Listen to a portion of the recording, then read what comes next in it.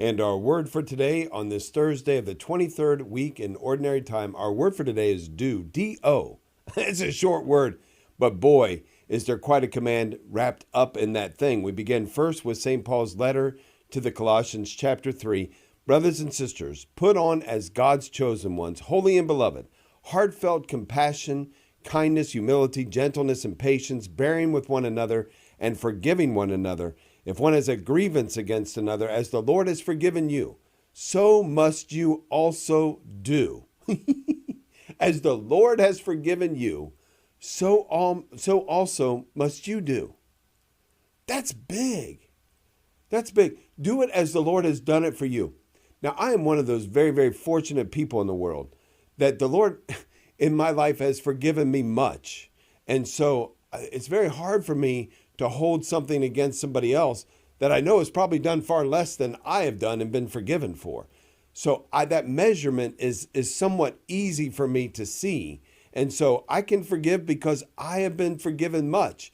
I know that some people aren't in that same boat, but you've also been forgiven the sin that has separated you from God, that sin of Adam that separated us completely from God. And because of that, we carry about in our own hearts and minds, in our own bodies, that sin nature through the fall. So we've all been forgiven that. And without that forgiveness, we can't be reconciled to God. And so we know that we are forgiving someone less than what we have been forgiven. So keep that in our hearts and minds and do that thing. And then St. Paul goes on, and over all these put on love. That is the bond of perfection. And let the peace of Christ control your hearts, the peace in which too you are also called into one body, and be thankful. Yes, thankful for what the Lord God has given us.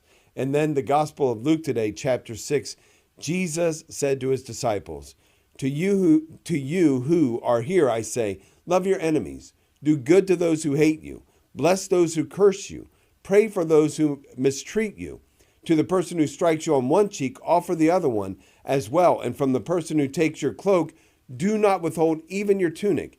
Give to everyone who asks, and from anyone who takes what is yours, don't demand it back. What is the difference between a believer who is truly living out their authentic life with Christ and those who profess Christ but aren't truly living it out? Brothers and sisters, it's simple. What we do and what we do not do. Simple. Do. We've got to do the work.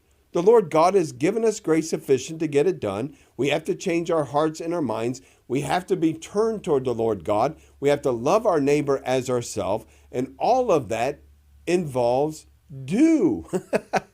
It's one thing to say a thing.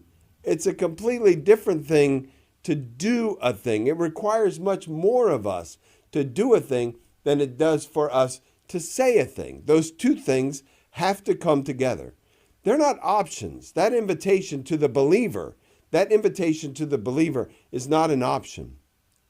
The invitation to do is a command. Why? Because we have voluntarily entered into that relationship by God's invitation.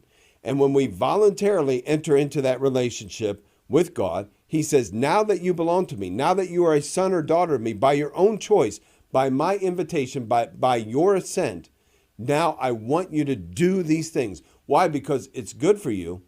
Also, because others will see it and they will want to do the same thing.